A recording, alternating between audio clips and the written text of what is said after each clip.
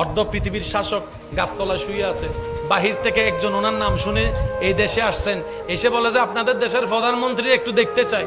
জনগণ বলে দেখেন আছে কোথাও।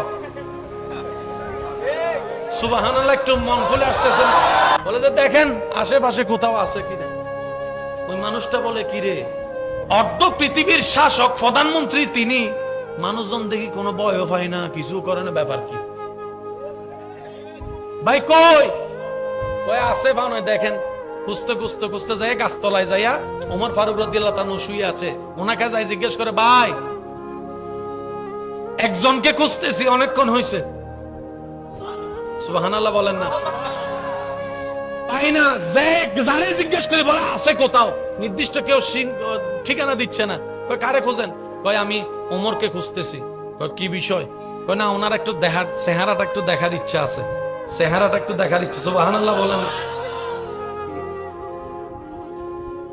ওনার চেহারাটা একটু দেখার ইচ্ছা আছে। অর্ধ পৃথিবী শাসন করে, একটু দেখি না বাদশাটা কেমন। সামান্য চিরাঙের বাদশা হইলে তো সেরকান ফাসকান দোকানের মালিক হইলে তো বসা থাকে, আর ফকেটে যদি একটা আপেল কাটা ফোন থাকে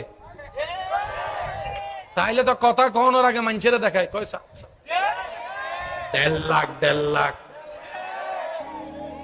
আর হাতে যদি স্মার্ট ওয়াচ থাকে জীবনও আর ফোন রিসিভ করে না। হ্যালো, কারণ কিনছি এটা তো দেখাইতে হবে, কথা বলেন ঠিক না? চেহারাটা একটু দেখতে চাই।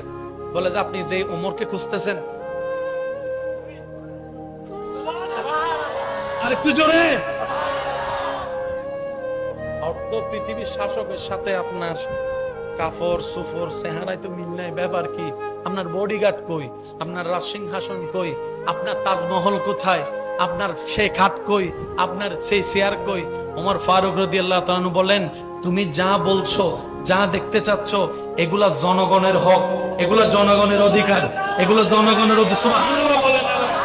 আমি যদি চেয়ার বানাতে মন চাই, জনগণের টাকা দিয়ে আমার চেয়ার বানাইতে হবে, আল্লাহর কাছে কি জবাব দিব? আমি সেই কাজ করব না, আর আমি তো কারো কোনো ক্ষতি করি নাই, আমার এরকম গার্ডেরও দরকার হয় না।